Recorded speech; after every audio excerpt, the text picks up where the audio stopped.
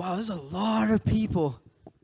I think it was just like 1/10 of this yesterday at Sachi. I thought this was going to be one of those Web3 things where there's like no one there, so we didn't really prepare. But That's what we were talking about back there. We're like, shit, there's a lot more people than I thought there would be at this conference.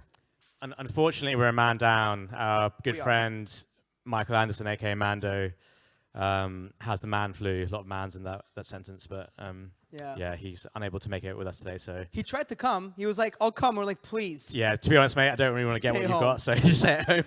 We selfishly asked him to not come because we were not down to get sick on this trip. But we're here, 2 of the 3. Oh, his photo's still up there. But, shout out to Mando. He's with us at heart. I know he wishes he was there for sure. But, first things first, GM. Nah, hold on. Are you guys tired after 2 days? What's going on? GM! There you go. Is that how they do it here? This is not North America, man. So you're not going to get the same reception. I don't know. It was a lot of fun last night when I went out. You guys get down here in London. In London, you need to have at least 5 pints before you get a good GM back. So. Okay. So again, GM. There we go. I can tell already who the Web3 degens are, and there's not a lot in here. There's probably like 5 of them. I see the Costa brothers right there. I see Ryan somewhere out there. I see. There you go. I see someone. So first things first. I would love to get to know a crowd here.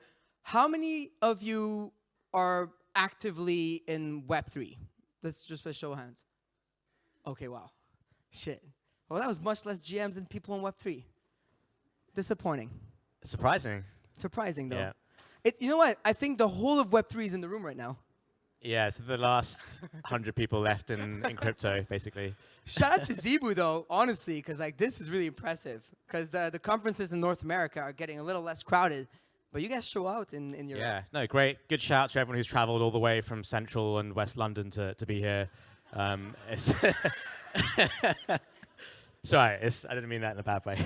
Let me tell you, man, it took me longer to get here than it took me to get here from Canada.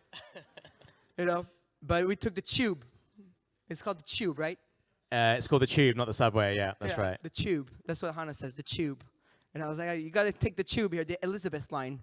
She said there was aircon, but I definitely didn't feel that. Maybe it's the hair. Yeah, that's more to do with your morning after feeling, I think. Probably. Again, shout out to Zebu for that. So it's good to know there's a lot of people in actively working and operating in Web3 right now. So I guess we don't even need to do the panel. Because we're going to talk about the power of Web3, but you guys already get it. I think people need some encouragement. No, they do. They need a little bit of encouragement. So we were thinking with Ovie, what do we want to talk about? Of course, we're man down, so last minute we had to make some very last second changes earlier, about an hour and a half, 2 hours ago. And we're thinking, well, what are we going to talk about? And of course, first would be, to understand who's in Web3 here, and obviously a lot of you, most of you are.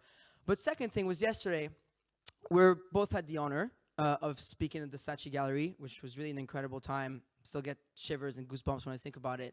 Ovie had his art exhibit over there, which was really special, and got to speak on a second panel. But the topic of my panel was, are NFTs dead or worthless? No, it was, are NFTs dead? And worthless. And worthless. Not or worthless. But it was really the topic. I'm not even making this up. But sadly, we didn't get to the actual juice of the topic because there were a lot of people. It was a great panel nonetheless, a great conversation with beautiful people. However, it led us to, we thought we'd come here and kind of like expand on that topic and perhaps, put some, hope in the room, but also speak about what the power of NFTs actually are. But I'd like to ask the audience here another question, which, by the way, is really a big audience. When you look back, it goes really deep. It's a lot. Wow.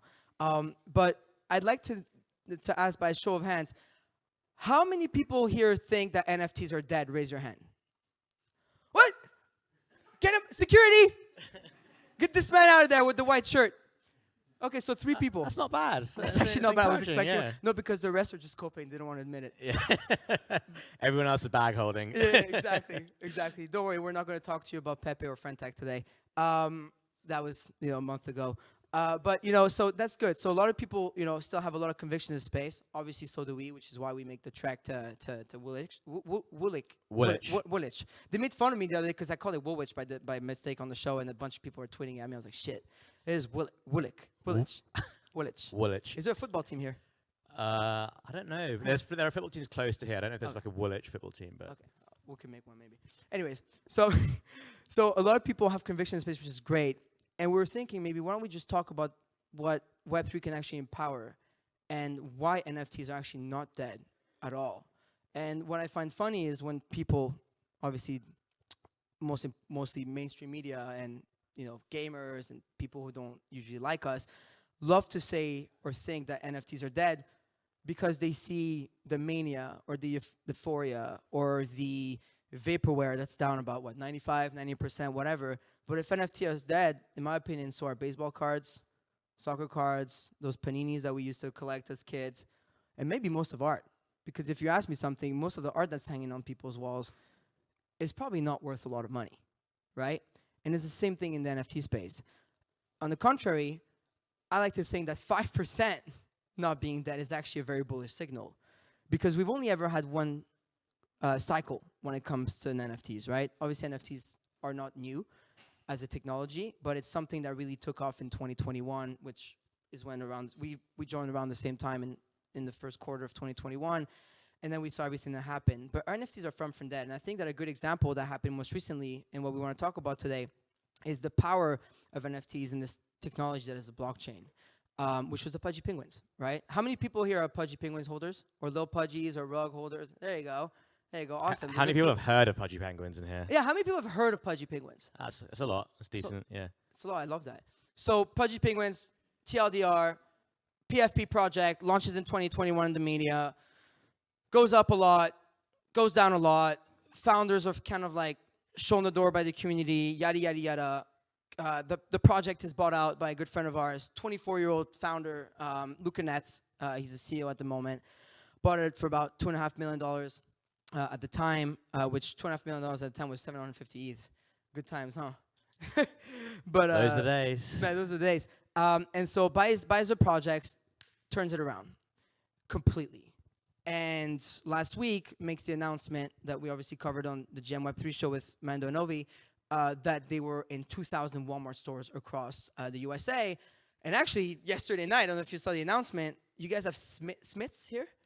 Smiths? Yeah. It was spelled SMYTHS. Smythe. Yeah, I've never heard of that store, but You're not supposed to. Oh, South African. Ah. So it's Smith or Smythe? Yeah. Because they always make Smith. fun of my English. Ovie bullies me You on got the it show. right. You got it right. Okay, I got it right.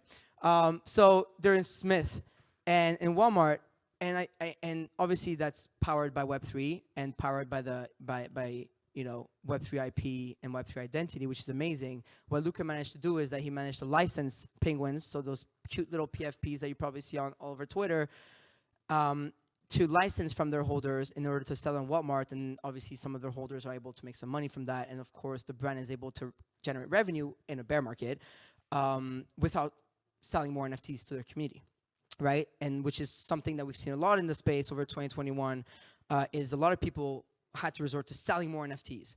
And when the bear market came, a lot of these collections, especially the secondary and tertiary collections for some of them, became worthless because the primary collection could barely hold any value. And I think what's amazing about the space and the power of blockchain technology and NFTs, and the reason why I genuinely believe that they're not dead, is because we managed to put blockchain technology into 2,000 Walmarts in the depth of the longest bear market in history. I don't know if it's worse than the last one. I wasn't around. I'm not going to act like I was. I do hear that the last one was much worse because there was not people showing up at a conference in London, for Woolwich. In Woolwich, and it wasn't full, that's for sure. But it's 520-day long bear market, which makes it the longest bear market there's been. Yet it doesn't even feel like it, right? When you look around, there's so many founders, builders, collectors, and people that clearly were not in Web3 because not everybody raised their hands, that are curious enough to learn more. And so I think it'd be interesting to expand on that, and I'd love to ask you, Ovie, what you think. First of all, I'd love to ask you, are NFTs dead? And second question is why are they not? Yeah, that's a good point. Let's call a spade. Most NFTs are down about 90 to 95% from their all-time highs in terms of prices. Most NFT volumes across the marketplace are down 80 to 90% since their all-time highs. The number of active daily traders on OpenSea was, I think, about 500,000 at its peak. I think it dropped to as low as 10,000 people, like literally 10,000 people out there in the world trading NFTs. Now or something Yeah, like maybe it's even 5 now. So on basically every single metric that you can measure, activity, price, whatever you name it, was down 95%. So is that enough to say NFTs are dead? Well, yeah, in some ways, yes. Like, I think many NFT projects are dead. I think many NFT projects right now sit at zero and probably will never recover. But, NFTs, just like any other asset classes, NFTs, just like any other asset class, will go through cycles. You see financial markets go through cycles. You see crypto go through cycles, but now in the 5th or 6th crypto cycle. And this is really actually the second NFT cycle. You had a big push and everything in 2017, 2018, then it went back lower again, and it went back up, and then back lower again. So the important question to ask really is, like, forget about like the existing NFTs and existing NFTs collections out there. Is there enough behind the ideologies and the technologies to create a future in which this is going to improve efficiencies, improve like B2C relationships, improve technology? And I think the answer to it is probably yes. So to draw your point on Pudgy Penguins, let's say you woke up tomorrow and you're like, oh, cool, I just want to make a toy company. Well, where do you start? Like, who's going to buy? And let's say you want to call them like, let's say you want to call them Sleepy Sloths. Sleepy Sloths, I'm going to have some like, That's actually not bad. I actually used a different example, but I wasn't sure if it was like PG or not to say it. But Sleepy Sloths, and you want to make Sleepy Sloth toys tomorrow. Like, who's going to buy them? You don't really know. Like, you don't really have an audience. You have nothing. You have no IP. You have no brand. So if you go out there and go to Walmart and it's like, hey, I had this cool idea to make like Sleepy Sloth toys, which by the way, they're not that different to like Pudgy Penguins. Why would Walmart want to have a relationship with Pudgy Penguins and not Sleepy Sloths? That's because Pudgy Penguins already has huge IP. It already has a massive brand. It already has a massive community across the globe. And it's achieved that in the space of about a year. It's actually achieved massive IP and brand recognition in such a short and compressed period of time because it was like an NFT and because there was speculation around it, because people wanted to make money off it, whatever it is. But you can't deny that they have this IP and they have this brand, and they've now proven that by getting this deal with Walmart. They've proven that by grossing $1 million already in revenues, having launched their toys in just 6 months. So what Web3 and NFTs have actually allowed people to do, and Pudgy Penguins is not the only example, and it won't be the only example, and there'll be plenty more examples going forwards for founders and creators who are smart about understanding how this works. But what it's allowed them to do is create IP and brand, community, following in a very short space of time in a much more powerful way than any other traditional method for any other company or brand. And the reason why they were smart was because they were like, okay, we're now going to take this IP and we're going to take it out into the real world. We're not going to take this IP and just sell you guys more NFTs and sell you guys more NFTs and sell you guys more NFTs because, yeah, we'll get rich off it for the next few months and then we're just going to die and go to zero like most other projects out there. But what they've done is like, cool, we're going to go to the outside world because we already have a following, we already have a consumer base, we're going to sell them something different. And they're just toys. It's not rocket science. Like, it's not like Luca Netz invented like the plushie toy, right? It's not rocket science, but he's been able to think outside the bigger picture and find a way to boost and increase that brand and IP to the external world. I think that's the right way to do it. And you compare it to something like Doodles, where Doodles were like, okay, we want to go mainstream and bring the masses in, and our way of doing this is we're going to sell 100,000 NFTs or like 200,000 NFTs, and all these guys are going to come in. It's like, mate, like, I'm sorry, but no one, like, the random guy on the street is not logging in online to set up a MetaMask wallet and write down his seed phrase and then go onto your website and then buy like a $10 like digital sock. Like, I'm sorry, but who wants to do that? No one. Doodle's right? catching strays today. Yeah, you got to be realistic. So I think Pudgy Penguins understood that, and I think that's a fantastic example of like an NFT success story because they were able to realize what it was that they created and where the strengths and the power was, and adapt it to a real sustainable business where actually you're benefiting your holders, you're not taking away from them. And look, if Pudgy Penguins become like the top 10 world's favorite toys, then guess what? Like, the original Pudgy Penguins NFTs will be worth a lot. Like, imagine if Disney started out as an NFT company and the first ever Disney thing was the original Mickey Mouse NFT or the original Aladdin NFT, whatever it is. Like today, those things 100 years old or whatever would be worth loads, right? Like think about how much edition 1 Harry Potter books go for, et cetera, et cetera. So Charizard. yeah, Pokemon. exactly. So them being able to achieve success in the real world actually indirectly drives so much value back to their holders without them having to create something that's Ponzi-nomic in nature. And I think it's fantastic. And I think that sets the stage for other people to do the same. And I think it will set the stage for other people to do the same. No, I think that's very well said. And obviously, we're using this example because it's the latest use case, and I think it's one of the most important ones and biggest one. I mean, you're talking 2,000 Walmarts. There's only like 4,000 in America, so it's like half of them, right? Which is really impressive. But similarly, I think that what's beautiful about NFTs and the space, and why I think it's actually important to double down in a time like this rather than just get away from it, is because first of all, there's much less people, there's much less speculation, and you can obviously build meaningful connections, which is great. I met a bunch of great people outside just now, and every time I come to a conference like this, especially in the bear market, is where I actually meet some of the best people, to be honest, because it's those are people that actually have conviction and actually care in the space and want to be, involved. So as cheesy or, woohoo as that may sound, it's the truth, right? Like there's people that come and fly from all around the world to speak here today and yesterday, but there's also people that come and listen and want to build meaningful relationships and network. But furthermore, like something that I always talked about when building Rug Radio and launching it early on in 2021 was, I feel like launching an NFT project, or would I say launching a project via NFTs, is like building a company or a brand on steroids. And what I mean by that is like you have directly access to multiple, like thousands of holders and community members. And I don't call them consumers, I call them participants, personally speaking, though a lot of projects will treat, NFT holders as consumers, but those are the projects that are probably bleeding the most today, which is kind of something you were talking about just now. And I think that that's what the beautiful part is about NFTs. If you take the speculation out of it, which is gone, and we all participated in it, right? And we will all probably participate in it again when it comes back. I genuinely believe, and that's just me, and obviously take this as hopium if you want or not, but I genuinely believe that the next mania will be bigger than the last one because you cannot stop or control human greed and the will to speculate.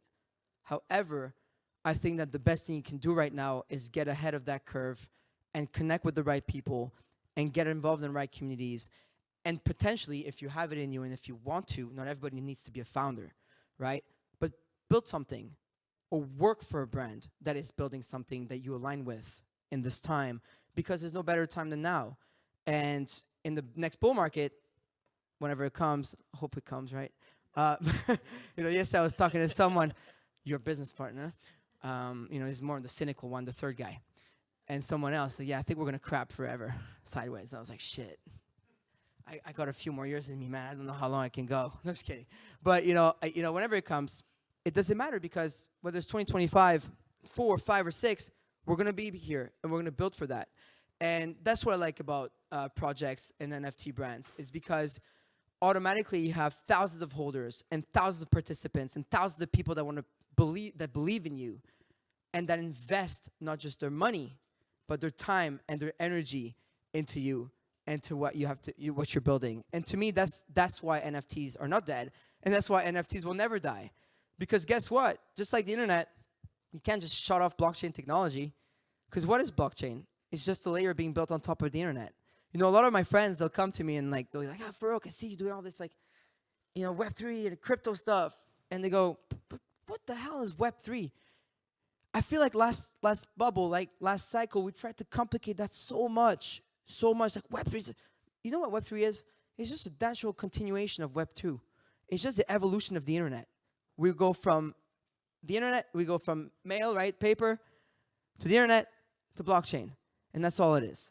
It's what ties to us peer-to-peer in a frictionless, permissionless, and trustless manner between one another. But it's also what allows us to build brands in a much faster manner and to go bigger, which is why, again, you see Pudgy succeed. But also you, and I want to go to you now, Ovie, you posted this morning, you guys are doing this non-alcoholic drink, right? I mean, talk to me, take me through that, right? Do you think you would have been able to build something like that without having a project first or NFTs tied to it in a community? Yeah, look, it's the same concept and playbook as we just talked about, but I think there's probably lots of NFT projects or founders out there sitting in a situation where it's like, we have this thing, we have a community of whatever, 10,000 random people across the world who like this thing for whatever reason they do, and how do you take it to the next level? How do you use that IP and brand and apply it to something that's going to be a bit more meaningful than just the NFT market and just Web3? And you have to start thinking outside the box, because, you know, I'm as bullish on the space as anyone else is, and as the next person, but you have to read the room, and right now there isn't enough people in there for you to grow organically, so you have to push outside. And, you know, for us, Rect Guy, it's not on the screen, but Rect Guy is our project, NFT project, I guess, or Rect is the brand, and it's literally just a guy holding a drink. So we thought, you know, why don't we make an alcoholic drink and just go out there with a Rect rum or something like that.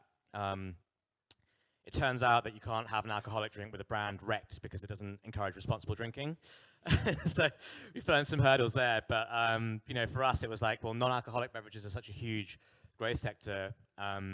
Doesn't really cost that much to just create a drink and get it out there. But now we have an existing brand that already, you know, that is already there, that has a community that people want to participate in and get involved in. And we already run events and stuff, so it's very easy for us to have it there. So, you know, I just think I viewed that, for me, it was like, yes, stuff is dead and it's a tough time for founders, but if you just take a step back and think outside Web3, I know this is like a very Web3 focused thing, but think outside Web3, but how we can apply whatever you've built within that to the outside world, it can be very powerful. And so I think you'll see more of it. I really, really think you'll see more of it. And, you know, some people, you have to find the right product. You know, some people have tried like Bored Apes.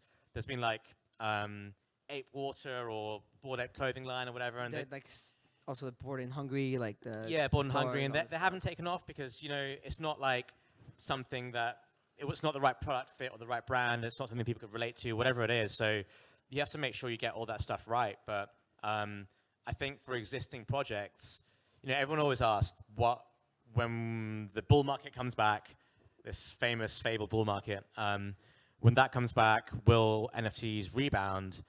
And I think the answer to that question is the NFT projects that actually manage to diversify and continue to build their IP and brand outside of Web3, I think those are the ones that will come back. And the ones that didn't and just sat on their hands or just tried to dilute their holders and stuff, I think they'll have a tough time, because once you lose that following, once you lose that loyalty, it's very hard to get it back in the real world. And in the crypto world, it's about 100 million times tougher to get it back, because it's a world of rug pulls and bad actors and villains, etc. So you have to get it right, and you don't have much room for making mistakes. So yeah, but let me throw it back to you. What do you think it will take for the NFT market to rebound? And do you think existing projects will participate in that rebound? It's a good question, because we were actually talking about that yesterday night with just the friends and everything. I think generally speaking, for the NFT market to rebound in general, if we're just talking price-wise and whatnot, it'll take obviously a better crypto like market in general. And obviously the state of crypto now is we're still in the bear market, though. It's done pretty well this year versus last. You know, when you look at it, when you zoom out a little bit, year to date, right? Like what, Bitcoin's up 60% this year, and ETH is up, what, 35% or something like that. We're talking about this on the show, I think, 2 days ago. But I think it'll take like a more stable crypto prices and whatnot. So I do genuinely think that when it comes to the NFT market itself, we're still in for like 12 to 24 months of like a similar type of market.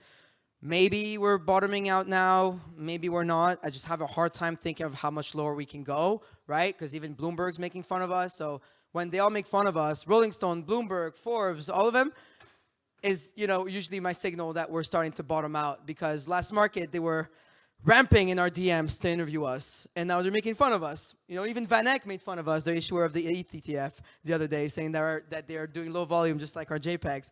And usually, like, these are signals that I look for, right? Like, when we're being mocked and laughed at and everything, is usually when I like to double down and show up even more, because I love getting laughed at. I think there's no better time to build than when everybody's laughing at you. But with regards to what it's going to look like, though, when it does come back, because it will, I'm convinced it will, because you can't just strip away the technology. You think Bored Ape Yacht is going to go overnight and just die, or crypto punks. I'm a punk maxi. No, they're not, right? And whatnot. So that's always going to be around. But I don't know if the projects that were successful yesterday are going to be successful tomorrow. I don't think so, actually, because I do think that the next bull market is gonna just give us a crop of founders that are probably better than the last crop of founders, right? People that, no, honestly, probably better than me. You hope. Look, I hope so, but people that are better than me, that probably have a better background, that probably have been doing this for longer than I have, right? For what it's worth, we both did, right?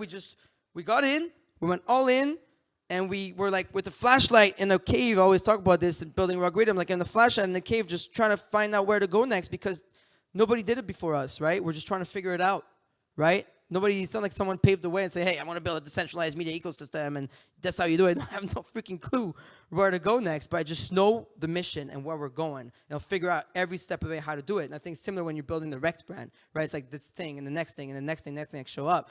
But I don't think that I put my hopes on betting that all the projects that were expensive last run and this and that are going to come back, because, first of all, a lot of them don't have any more funding, right? A lot of that is dried up, and it's very sad because a lot of them are my friends. A lot of them are people that I put my money and time in, and I look around, a lot of layoffs in the space. We've seen it again last week, I think, and you hate to see it because it's our friends that are affected by that, right? And so, but I do think, though, that we will see smarter, better people come into the space, because when it comes back, that's going to be the round where, like, well, shit, it didn't die, and and it's here to stay for a long time. So I do think that the next run, it's going to be good. I wouldn't go and buy every NFT that was expensive last run now and go on a rampage after this, unless you're buying Rock Radio and Rec Guys. It's different. NFA. But it's just, I would definitely bet on the market coming back and then see what happens then, because, I'm definitely bullish on the technology, and it's not going to go anywhere. And as much as people are trying to wash out the word NFT, you can wash it as much as you want. It's always going to be around whether you like it or not, because it's a technology, right? I think yesterday on my panel at Saatchi, someone said something really well. Alexandra she said, digital art has been around forever, but it's only when NFTs came around that it became huge and relevant, and now it's Saatchi. So back to you, I guess, last question, because we're on time here, but what do you think? I think things will come back.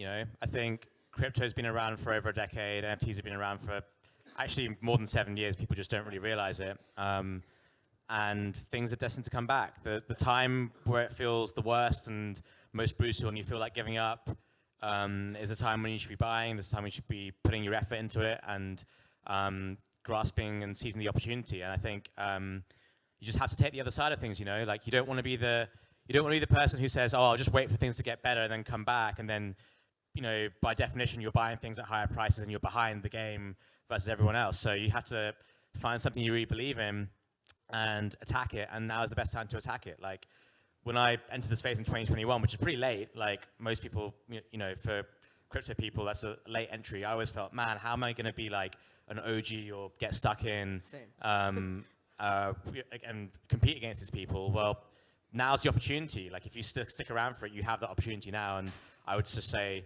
make the most of it, because I think we're in a special moment for technology, and you won't get this opportunity again. So grab the bull by both horns when it comes. Because they say, stay hungry, stay foolish, or stay hungry, stay bullish. Yeah, exactly. Right? Stay bullish, keep doing your thing. Most importantly, everybody here stay curious, and I really want to applaud you guys for showing up today in the bear market, because that's what's the most important. And I think this room filled honestly gives me the motivation to go out there and just keep going. So thank you very much. I'm Farokh. This is OSF. Shout out to Mando. Thank you for having us.